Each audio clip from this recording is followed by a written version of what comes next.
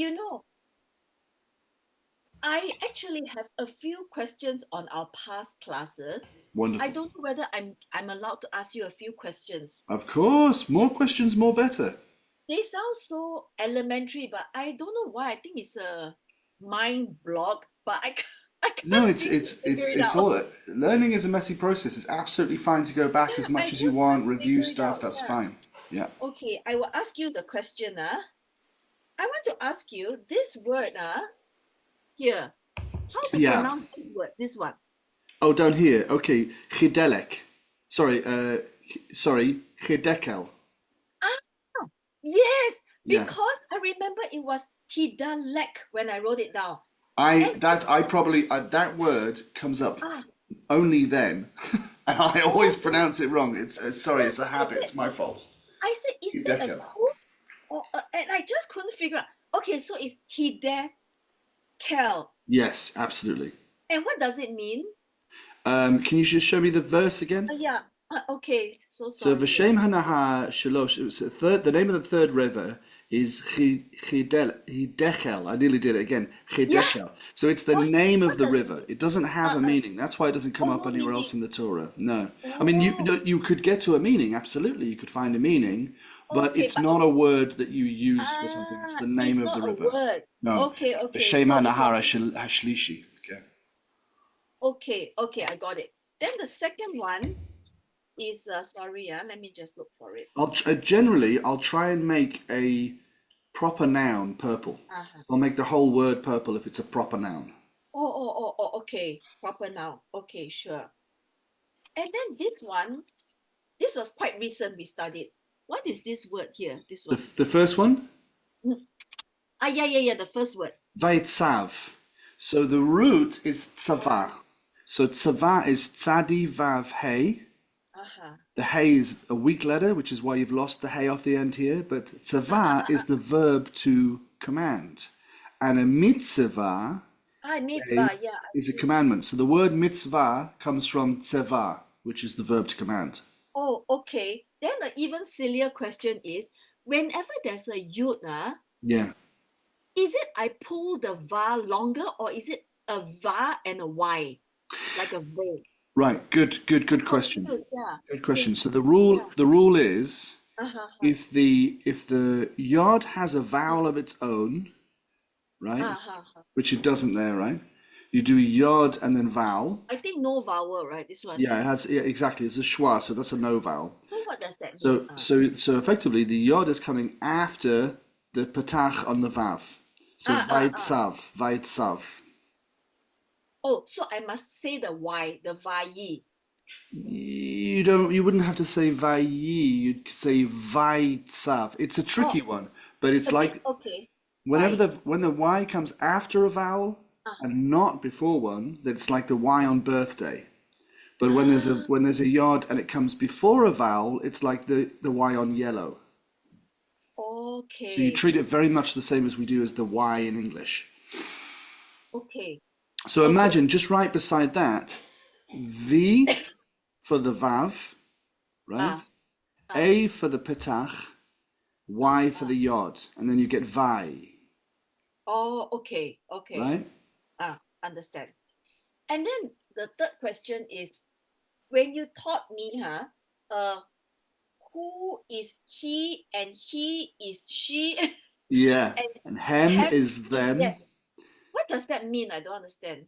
Okay, so Yeah. how do you say the English word he, how do you say that in Hebrew? He. Um.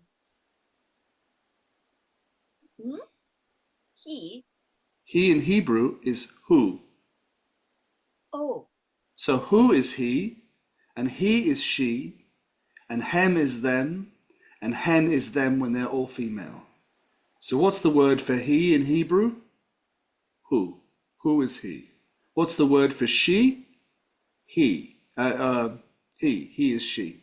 This is all suffix, is it? Or this is all the end part, No, ending. they're standalone pronouns. Oh, can you point out when we come to Absolutely. the word? I Can you can't write down the remember Hebrew such thing letters? yet. Can you write down the Huh? Hebrew letters? No. No. Turn over the piece of paper so you have some blank paper. Oh, I see. Yeah. Yeah, Okay. yeah. Yeah. Yeah. and I write understand. down Hey Vav Aleph. Hey, Vav, Aleph. Aleph. Ah, Yeah. ha, ha, ha, ha. Now on the Ah, Vav, put a dot halfway up the Vav. ah, ha, ha. What does that sound like? A dot on top of the where? No. Halfway up Oh, the Vav. Halfway up the Vav. halfway up the Vav. Who? That's the word for he in Hebrew. Oh, So okay. But who, how does it who, sound in a right, word? right equals next to Ah, ha, the ha. next to the word who in Hebrew, right equals, and then in English write he. Oh, okay.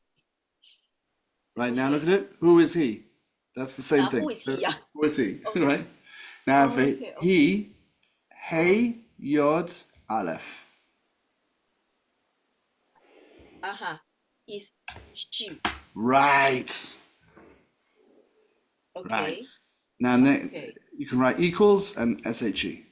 Uh, Right? uh, uh.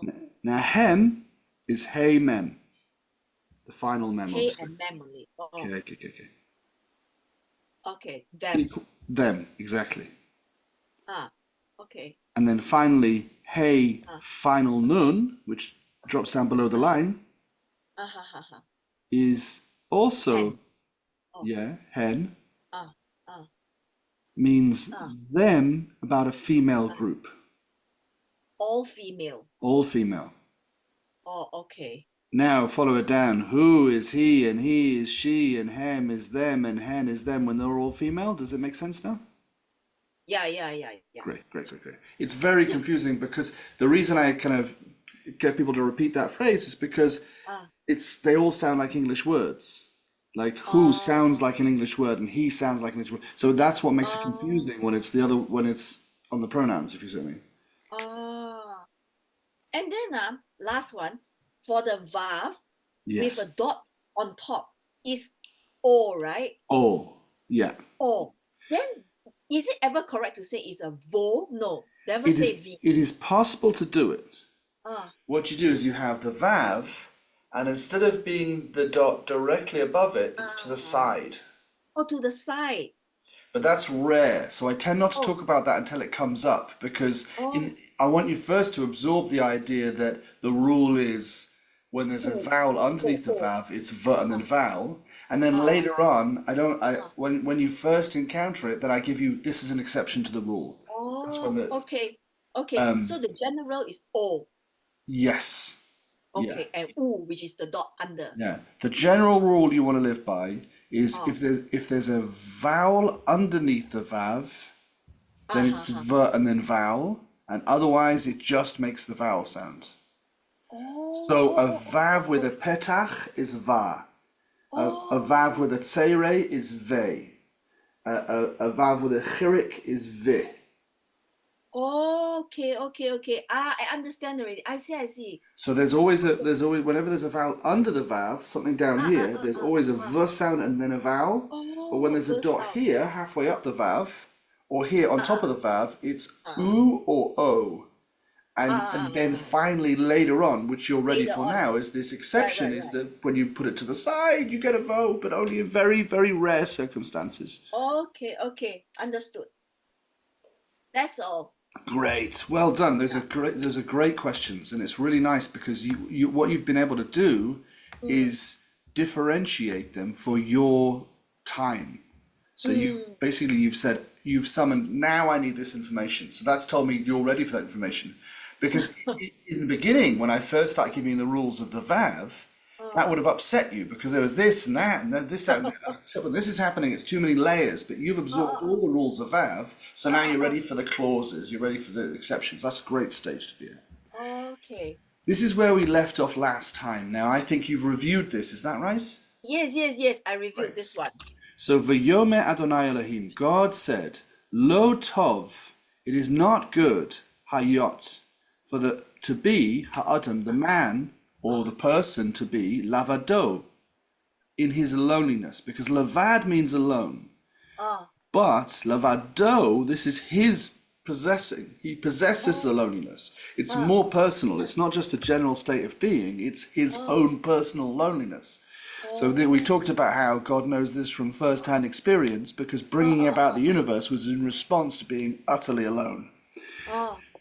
So his response is, Ese lo, I will make for him an Eyzer KNegdo, a helper like against him. Yes. Right? Yes.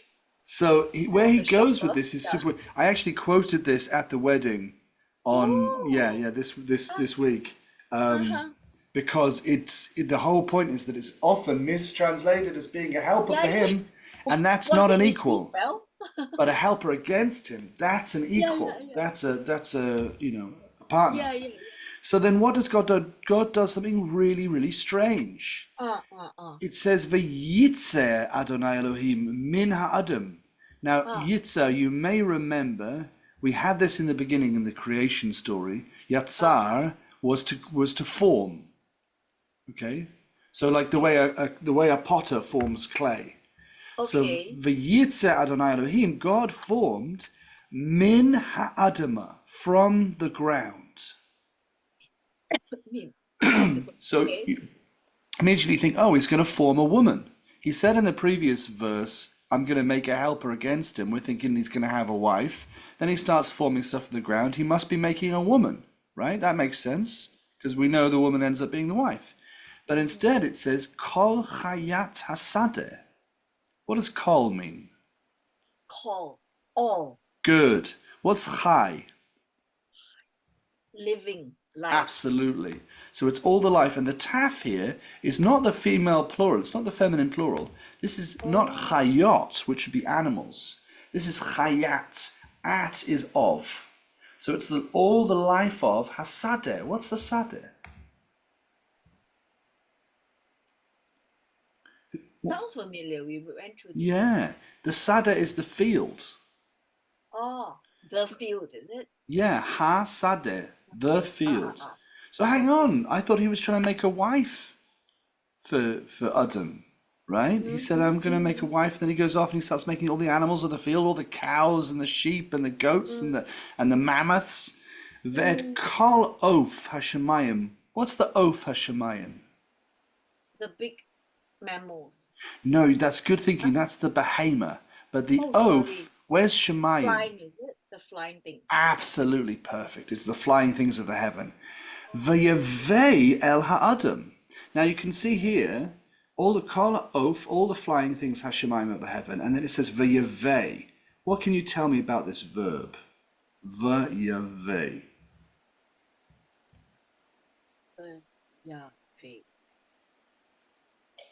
Something is missing. Yeah, could be. Yeah, like a week later could have gone out. But what's the root? What does the root look like? Something with ve. Yeah, absolutely. This bit is the root, and it comes from bow. Do you remember what bow means? Bow. Is it between? No. That's bain, bet yodnun. No, bow is to come, right? Come here. Yeah, exactly. So vayabo would be and he came, right? The yod would be he did it. The vav would make it past tense. Vayabo would be he came, right? But this is vayave, and you can see that the vowel has changed, and we have a vet instead of a bet. So what's happened is this is actually this is not the pa'al. This is not the simple active version of the verb. This is one of the shifts. This is one of the other binyanim. If we go back to the binyanim, the bow is the pa'al, right? The simple active. But this, what we have here, is actually, you can't tell, but I just know from experience, you'll have to trust me on this one. This happens to be the hifil, the causative. So instead of coming, he's causing to come. All of these things that he just created. How do we say cause to come in English? If you caused a coffee to come in from the kitchen, what would you do? I don't know. To bring. When you bring something from the other room, you're causing something to come in from the other room. So bring is the causative of to come. So vayavei, he formed all of these, animals of the life of the field and the flying things of the heaven. Vayavei el ha'adam. What does that phrase mean? V'yavei el ha'adam. Bring to Adam. Bring to the Exactly. man. He made all these animals and he brought them to Adam. Lirot. Lirot is to see. It's the infinitive version. The lamed means two or four. Ro'eh is to see. And ot is plural because the infinitive is plural and also because he's seeing more than one thing. So lirot is to see. Ma, what does ma mean? What? Good. Lirot ma, to see what? Yikra. Can you remember? What he saw. What he would kra, what he would call. Kara is called. What he Yeah, was called. because do you remember Vayikra means Vayikra is. it's the same thing. Vayikra is the version in the future to call. So he brought all the animals to the Adam to see what he yikra lo, what he would call to it, right? What he would name it or what he would summon it. So the God brings the dog, and Adam says kelev. A kelev is a dog because it's kalev. It's like my heart, right? This is why it's a man's best friend, right? V'kol asher yikra lo, and all that he would call to it, ha'adam, all that Adam would call to it, nefesh chaya, the living soul, hu shemo. What does hu shemo mean? Shemo. You know what who is? Who is he? Good. And who can mean he or it? Because there's no definitive masculine in Hebrew. There's a neutral. And so the neutral we say he or it. So whatever the man would call to it, the living soul, hu shemo. That's it. Why do we call God Hashem? What does it mean, the phrase Hashem? Yes. So what's Shemo?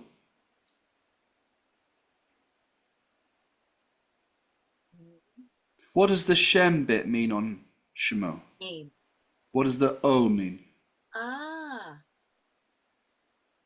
Name it. Its name, absolutely. Because we don't have to keep it in the same order as the Hebrew. We can change it when we translate it into English. We put it in English order. So you're absolutely right. So whatever the man would call to it, that's its name. That's his name, right? So he calls it a kelev. That's a kelev.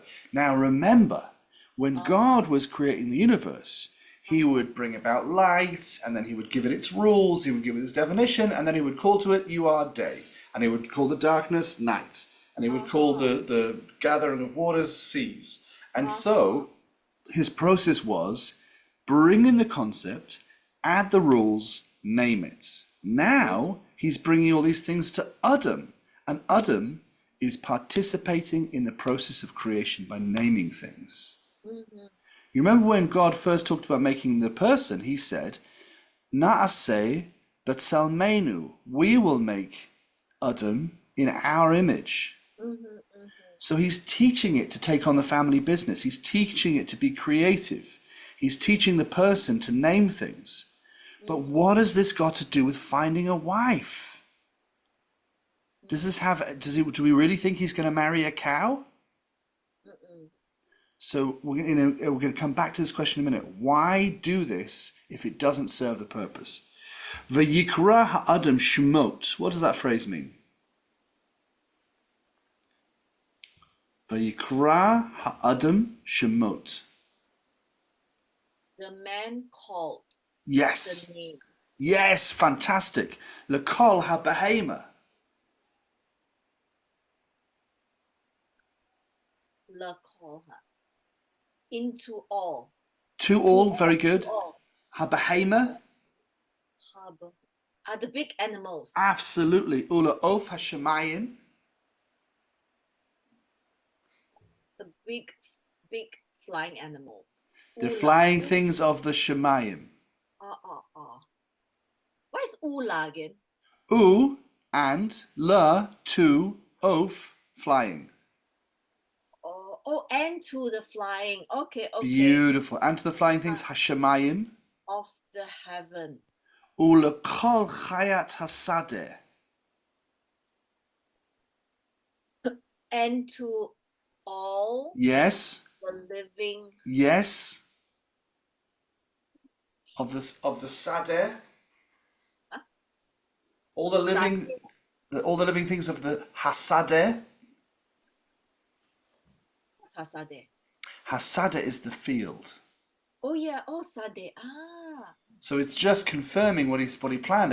He brought about Yeah, he yeah. formed all the Okay. things, the living things of the field and the flying things of the heaven, and he brought them to Adam to see what he would call them, whatever he called them, a living soul. That's what his name was, and he called the Adam the names to all the behemoth, all the big animals, all the Ofa Shemaim and the flying things of heaven, all the Kol Chayat Asada and all the life of the field, all the Adam. Uh-huh. What does Ula Adam mean? And to the man. And to the man, lo matzah Eyzer KNegdo. So what does No. lo mean? No. Right. And for the man, he did not matzah. Now, do you remember what matzah is? It's okay if you don't. It's come up very, very briefly. Matzah is the verb to find. Oh. So if it says Ula Adam lo matzah Eyzer KNegdo, Oh. what does it mean? Ula Adam lo matzah Eyzer KNegdo. We learned it the previous, I forgot. Yeah, so No, Eyzer, yeah, an Eyzer is a helper, KNegdo, like against him. against the against person, yeah. Right. So what does it mean? Ula Adam lo matzah Eyzer KNegdo. So he couldn't find for Adam the opponent. Absolutely. So what was the purpose of showing us all these animals if he never found an Eyzer KNegdo? Is it to teach us that he could have found an Eyzer KNegdo amongst the animals? Possibly. Or is it to show us that you can't find an Eyzer KNegdo amongst the animals? Can't find. Right, you can't marry a horse or a cow or a sheep. Every now and again you get some very lonely farmer who goes a little loopy and tries that avenue. But this is setting up from the outside. If you want a partner in life, it has to be an equal. It has to be someone who has your intelligence. It has to be someone who can not just help you but also oppose you. We're not looking for an obedient servant. We're looking for an equal. And that is the foundation of a family. It's your horse helps you. Your horse carries stuff for you, right? But that's not what a wife is. A wife isn't someone to help carry things in. A husband isn't just something for carrying. A husband can carry, a wife can carry, but that's not their purpose, right? If all your purpose is to do the heavy lifting, get a horse, right? But if you want a family, you need a person, right? So God has made this tableau in the Torah to show us what not to look for. And then, subsequently, we get this scene. And this scene might seem violent, but it's super important. It really shows you the crux of what the Torah is trying to teach you about marriage. And the ancient world, you look a lot of the religions from the Middle East, you look a lot of the ancient world, and there always seems to be trying to reinforce the idea that men are in charge and men are dominant and all this kind of stuff. It's not true. It's also not true to say that men are weak and they should be subjugated. No, neither of us should be dominating the other one. But what we should do instead is recognize that we have different skills. So it says here, Vayapel. Now, do you remember a minute ago I said that Vayave, this word here, came from bow. But by changing the dagesh and changing the vowel, we made this into the causative version, right? So it went from bow to ve, from to come to bring, okay? The same thing has happened now with this word here, vayapel. So this comes from nafal, to fall, to lie, to be cast down, to fail, right? So we're talking about to fall. But instead of to fall, because it's not nafal, we've lost the nun to start with, and it's not fal, it's pale with a dagesh and a tzere. So what this is doing is, it says, he caused to fall. He didn't fall, right? Who's doing it? Vayipel Adonai Elohim. Did God fall over? Did he lie? Did he cast down? Did he fail? No, it's not saying that. This is causative. He caused something to fall, right? You're going to love this. This is super cool. Oh, okay. Okay, so he caused something to fall. What did he cause to fall? It says here, Tardaimah. Okay. Now, first of all, I'm going to tell you, this is a bad translation. Oh. Because the word for sleep is not Tardaimah. Nobody ever says, I want to go to sleep. I want Tardaimah. No one has ever said that in Hebrew, right? The word for sleep is yashan, this word here. Vayishan means he slept. Tardaimah, I went looking for. It only shows up 2 times in the whole of the Chumash. And they're linked. They're super important. They're super linked, right? So I went looking for someone to give me a translation. I asked everyone in the Manchester Orthodox Jewish community that I could get hold of, what is Tardaimah? What is Tardaimah? And I finally found an anesthesiologist. And he said, I'm so glad you asked. Tardaimah is anaesthetic.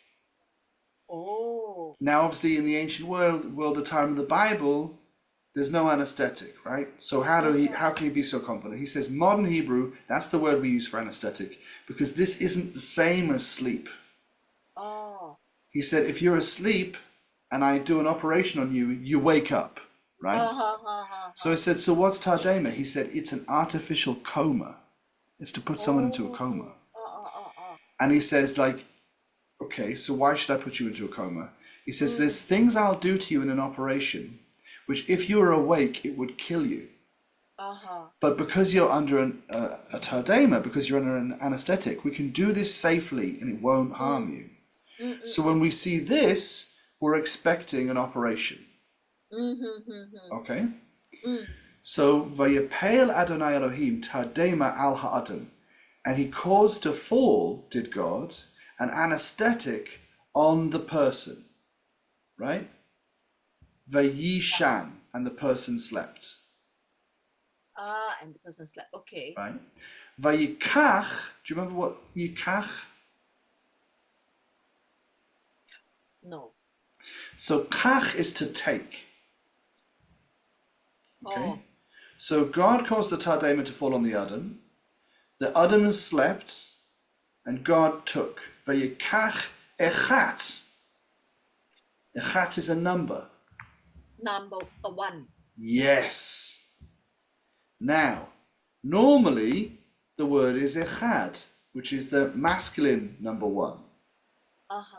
This echad is the feminine number 1, because what he's taking is the feminine.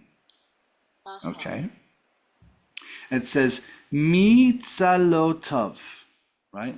Now the vav at the end means his. When something belongs to him, we put a vav on the end, right? We can either say o or v, depending on the context, how we treat the vav, right? So we have me. What does me as a prefix mean? In. No, that's bet. With. No, that's bet. Oh, me. It's short for min. Min. From. Beautiful, absolutely right. So the guy slept, and God took one from Salotav, from his what? It says Tsela. Tzadi Lamed Ayin is a side, a rib, or a beam. Now, the Christian translation of the Bible will tell you this is a rib. Because it's fine. You take a shape, you have a polygon, maybe you've got a square. A square in Hebrew has 4 ribs. Right? It has 4 sides. The sides and ribs are the same thing. Side is on the side and your ribs are on the side. So there's a crossover. There's not a distinction. But I'll tell you why I argue that in a minute that it's a side and not a rib, right? First of all, if it was a rib, it would be fine. There's nothing wrong with taking a smaller part. But I don't think this is a smaller part. I think we've been working up to say this is an equal part. Because after all, why make the big scene with the animals where you're saying that all of these lesser creatures didn't suffice? You need an Eyzer KNegdo. Well, it says, Mitzelatov, from his side, right? Now, it's one from his sides because tzelot is the plural for sides, right?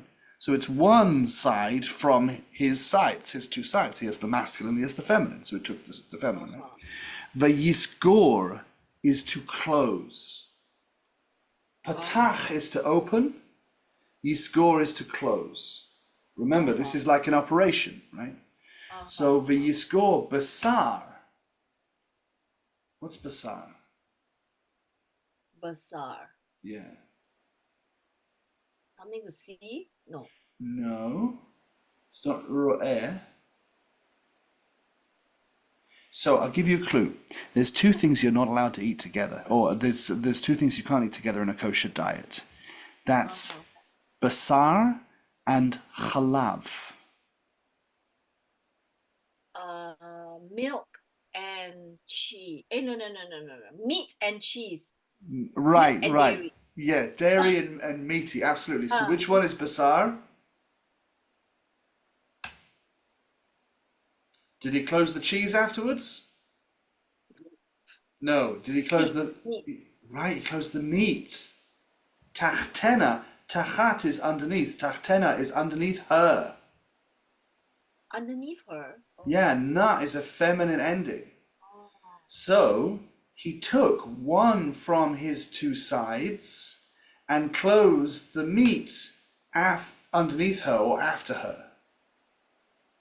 Oh, okay. So imagine this. If I want to open this phone, take one part out and close it afterwards, I expect to use the word open and close. Yeah. But if I want to cut this phone in half and then seal it afterwards, I don't have to use the word open. Because the act of cutting it in half is the act of opening it, right? The act of taking one half, snapping it and taking one half. That is what opened it. And then afterwards I still have to close it. So, does this sentence say that he put him under an anaesthetic, opened up his side, took out a rib, closed up his side, and made the side and used the side for something else? Or did it say that it took one half or took one side and then closed it? The second one. So he took half. He didn't take one small part from inside the man and make it to the woman. He took half of the person. One half becomes the man, one half becomes the woman. So, grammatically speaking, why did we refer to it as a man until now, if it's really both man and woman? That I don't know. In the Hebrew genders, we have exclusively feminine and masculine, which is also neutral. So when something's neutral, we call it male. You can only call something female when it is exclusively female.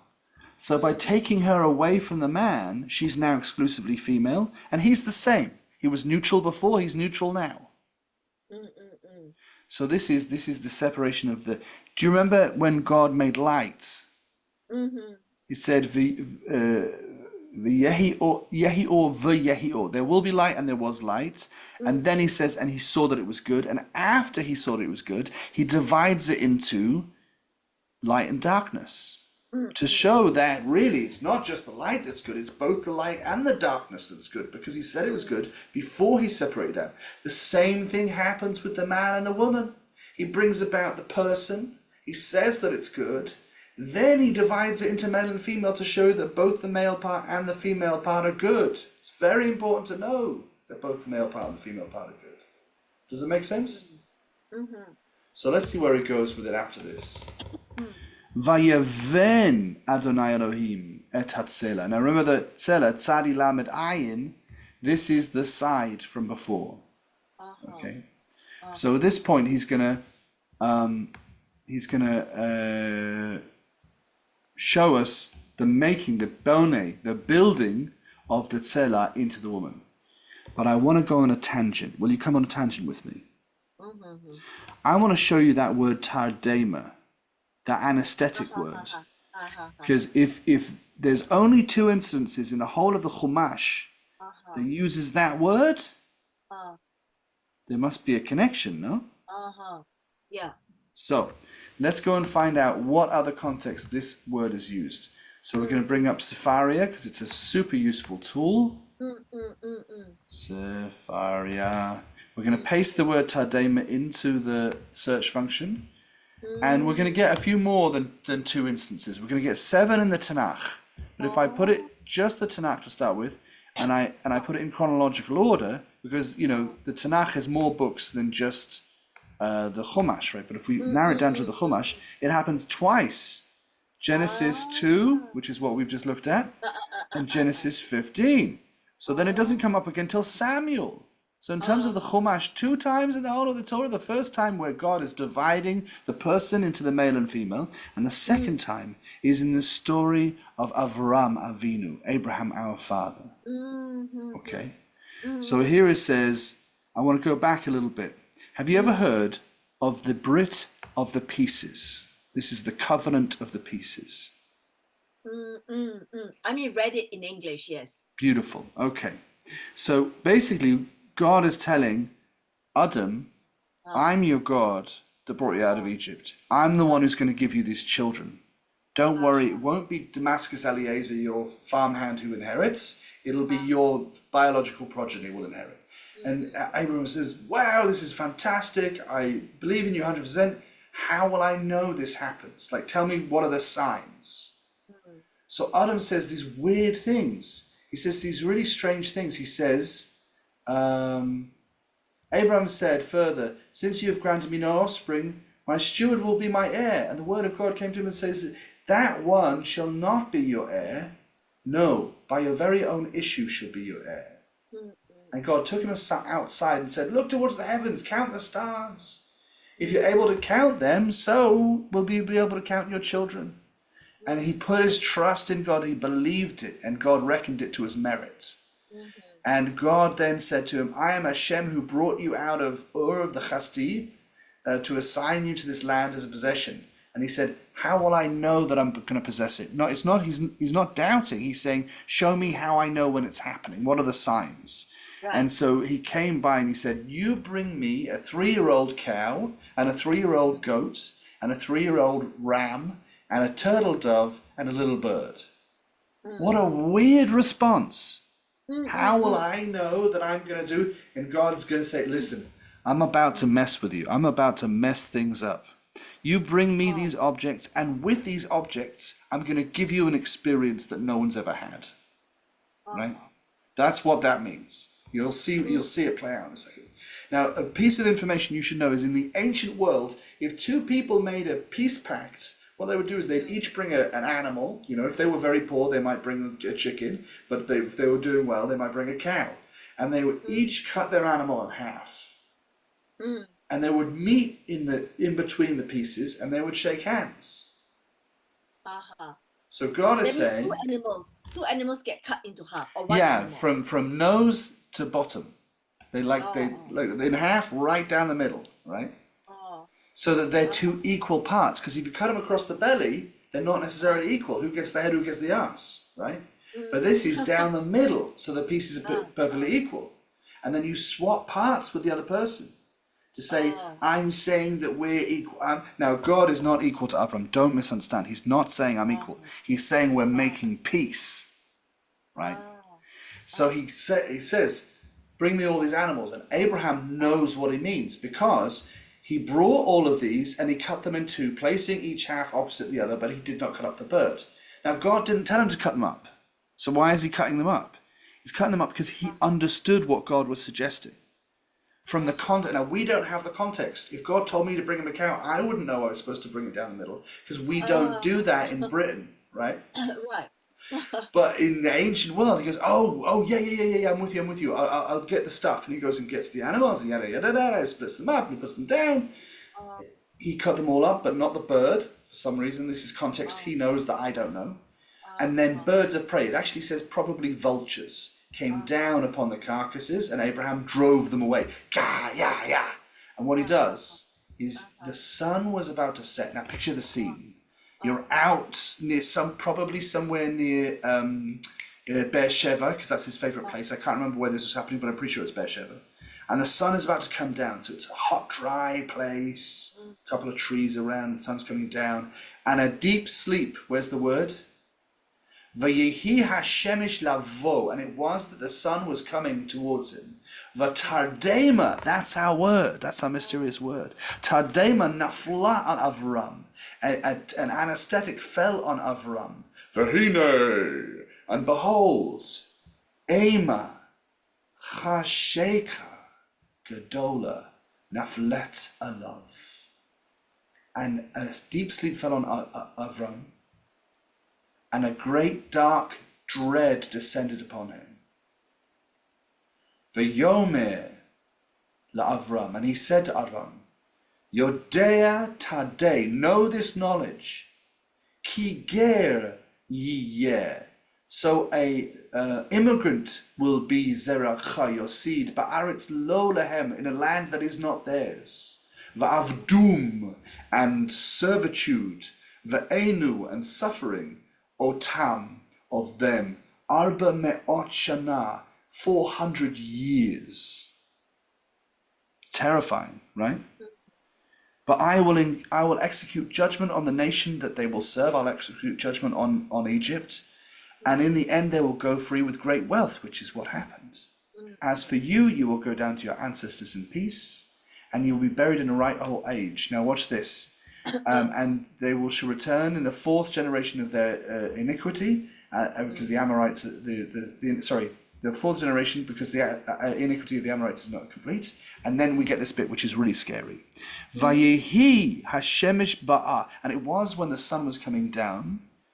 Va'alata haya vahine, and it was, and a darkness there was, and behold, tanur, an oven, ashen, smoke, a smoking oven, valapid, and lapid eish, a torch of fire, asher avar, came to pass over, bein hagezerim, between the pieces, ha'ela, these pieces.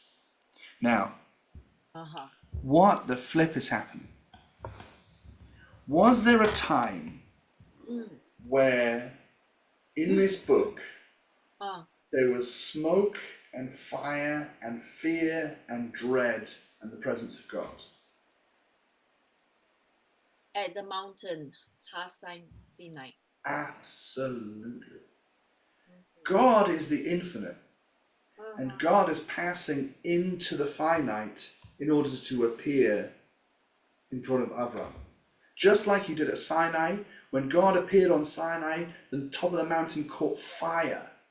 Because God is so infinite, it's not even really supposed to be in the finite, because the finite just bursts into flames. The finite cannot handle the presence of God.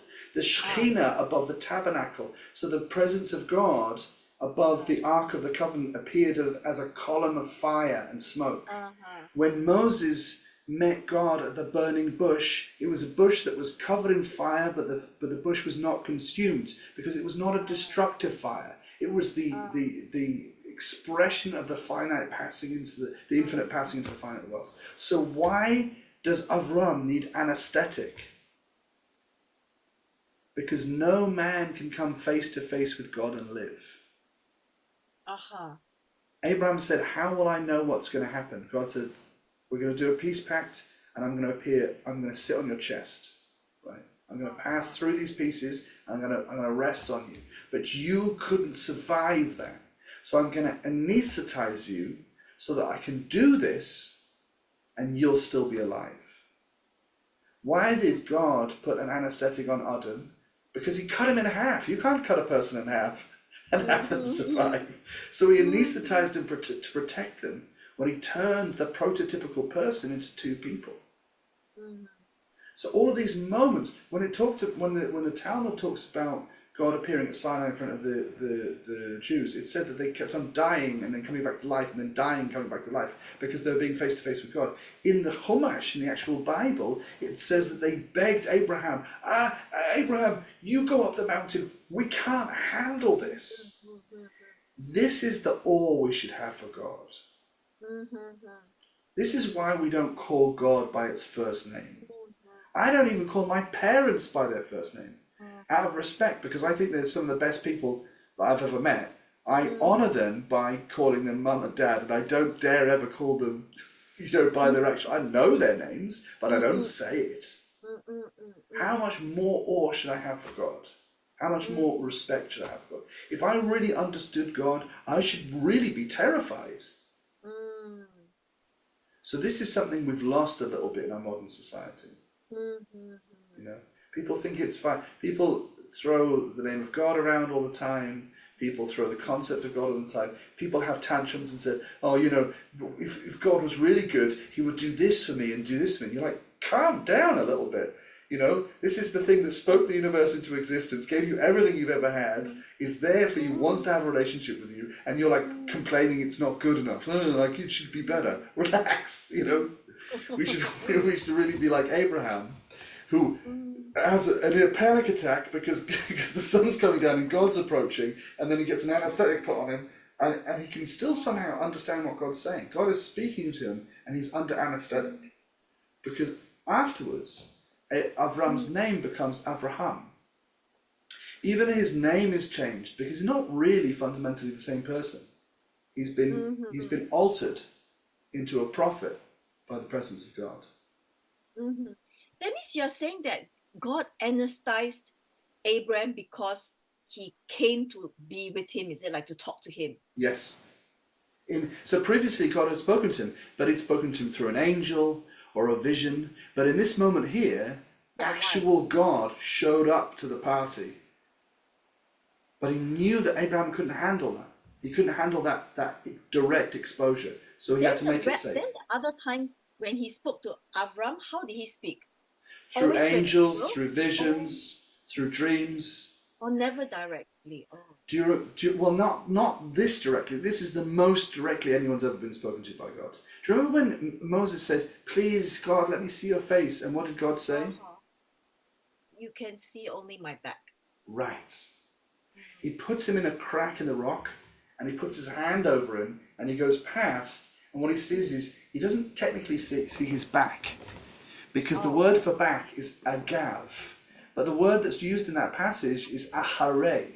It's to uh-huh. see my afterwards. So Oh, effectively what it's saying is, I'll go past and you can see where I've just been, because God is so awesome that where oh. he's just been is Mm, fundamentally affected. Like like the bush, God touches the bush and the bush is on fire, but it doesn't get mm, consumed. It's like something paradoxical and seemingly impossible happens because God's so awesome. The rules of physics all break down when he goes past. So Moses is seeing where God has been, and that's Oh, so awesome. His face is glowing afterwards, like he's been, right. like Yeah. he himself is now radioactive. Right, right, right. It's coming You know, down.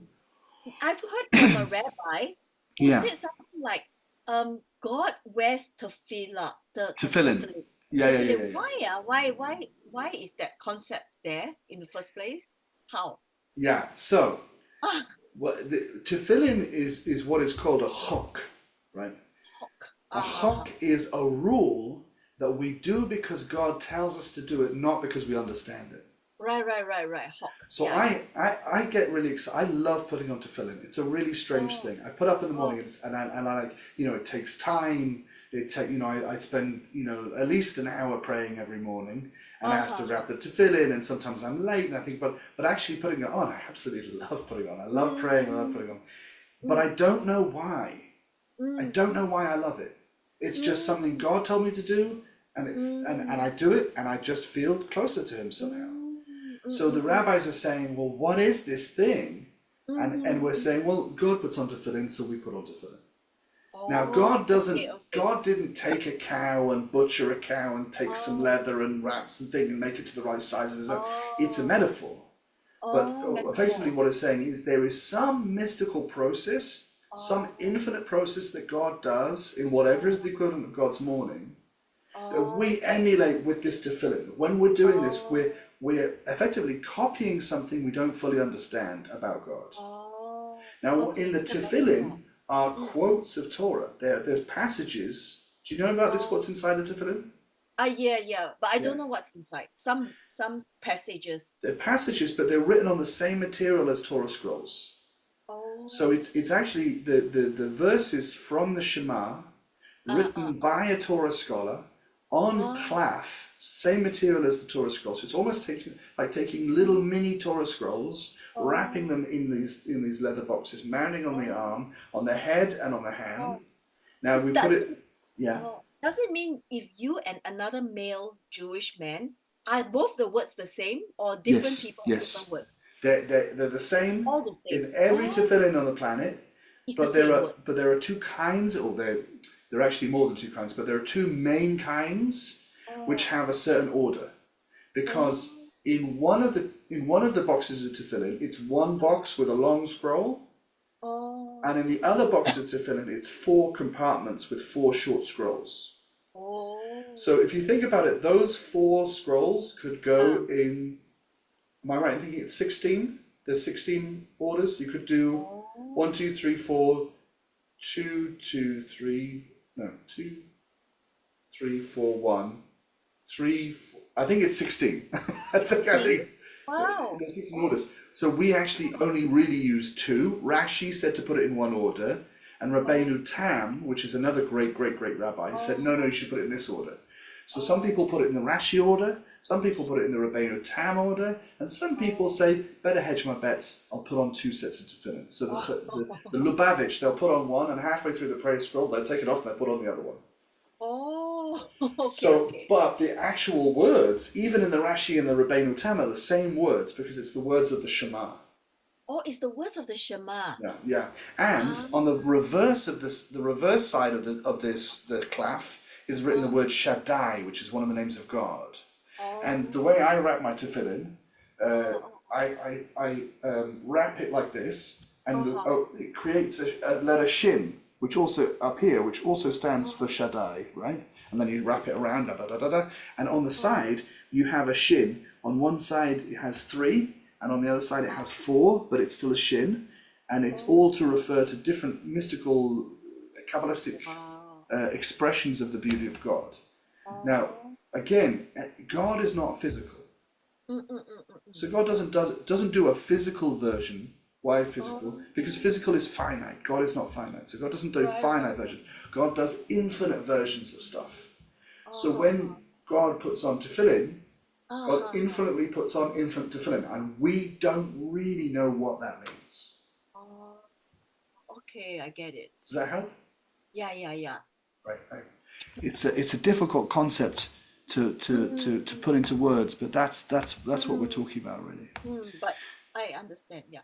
Great. Okay. By the way, that passage is so exciting. It's absolutely worth reading. Right. Yeah, yeah, yeah. Oh, do you want me to just So now, remind you where that is? So that's Genesis 15. oh, Probably read from 15 verse something, is it? yeah. I'd say Yeah, a Safari cannot see the verses, yeah? you can't see the verses. They don't write it. Oh, they do, they They do. do. Oh, They at the do. They top. do. Oh, they do. Oh, right. So maybe read from the beginning. Yeah, read from the from 15:1. All the way 15. Yeah, Okay. because it's not really that long, and Okay, okay. To understand. Okay, okay. then until 18. So Oh. 15:1 until 18. I think you'll get a real kick out of it because it's like Oh, it's okay. very high octane and exciting 1 and up to beautiful. 18. Okay. Okay, so vayaven. Now, do you remember the word bone? Do you remember the word bone? The verb? Come. Ah, no, that's good. That's bow. Bow is to come. Bonet Uh, is to build. So the, Only is to build. Bonet is to build. So you know the binyanim, the word Uh, buildings. uh, uh, That's because uh, uh, uh, uh, Bonet is to build. Binyan is a building. Binyanim is uh, uh, buildings. So v'yaven Adonai Elohim, and God built et hatzela, the side, right, which we got from here, tzela, side, rib, beam, whichever one it is, but I think it's side. He built the side, asher lakach. Actually, that is not lakach. The whole root is actually, lamed is part of the root. Oh, hang on. So that is the pa'al, third person, masculine, neutral, past tense. verb to take. There we go. Min ha'adam. So v'yaven Adonai Elohim et hatzela, God built the side asher lekach that he took, min ha'adam, from the man, le'isha. What's le'isha? The man. No, good thinking. A man is an ish. So what's an isha? Isha is the woman. Exactly. V'yaven Adonai Elohim et hatzela, God built the tzela, the side asher, that, the kach he took, min ha'adam, from the man, le'isha, for a woman. Vayavieha. Now, you see again, V, it's like bow, but it's the causative version. You remember what it means? Like to cause something to come, bring. Vayavieha, and he brought her, el ha'adam. To Adam. Right. So before, he said, I'm going to make you an Eyzer KNegdo. I'm going to make for him a helper like against him. And he brought all the animals. And he did not find an Eyzer KNegdo. He did not find an Eyzer. And then he cut him in half. Crack! And he built the half into a woman. And then he brought the woman to her. So he brought the woman to him.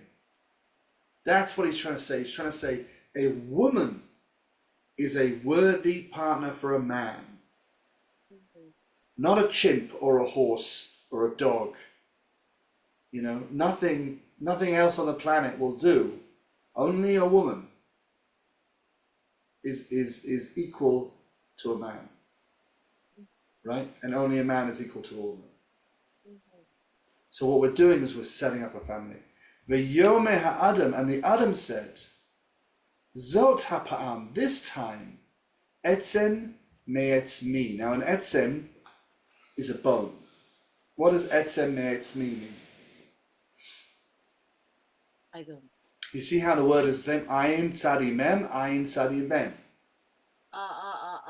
Etzem me'etzmi. Bone. Oh, of my bone. Uvasar mi basari. You can't have basar and chalav together. What's basar? That's bizarre. You can't eat basar and chalav together. Right. Meat. Right. So uvasar mi basari.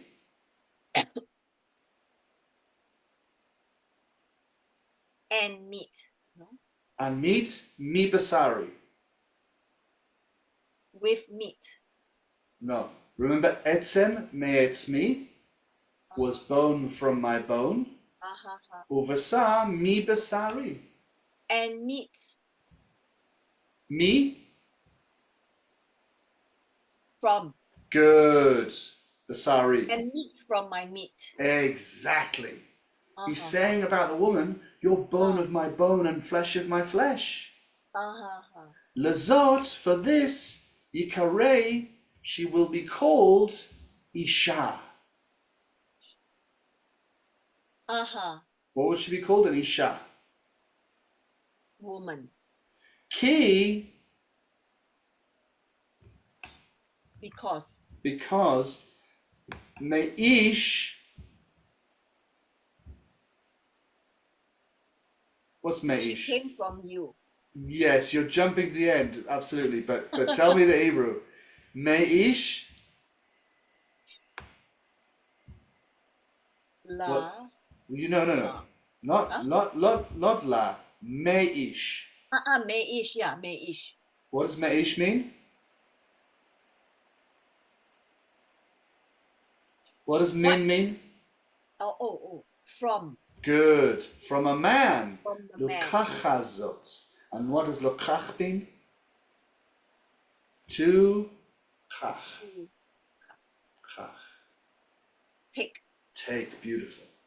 So v'yomeh ha'adam, the Adam said, Zot ha'pa'am, this time, etzem me'etzmi, bone from my bone, uvasami basari, and flesh from my flesh, v'yikra isha, and she will be called a woman. Ki, because me'ish, Lukacha. From a man she was taken, Zot, this. Does it make sense? Yeah. Good. Good. Then why is she called Hava? Sorry? Then why is Isha called Hava?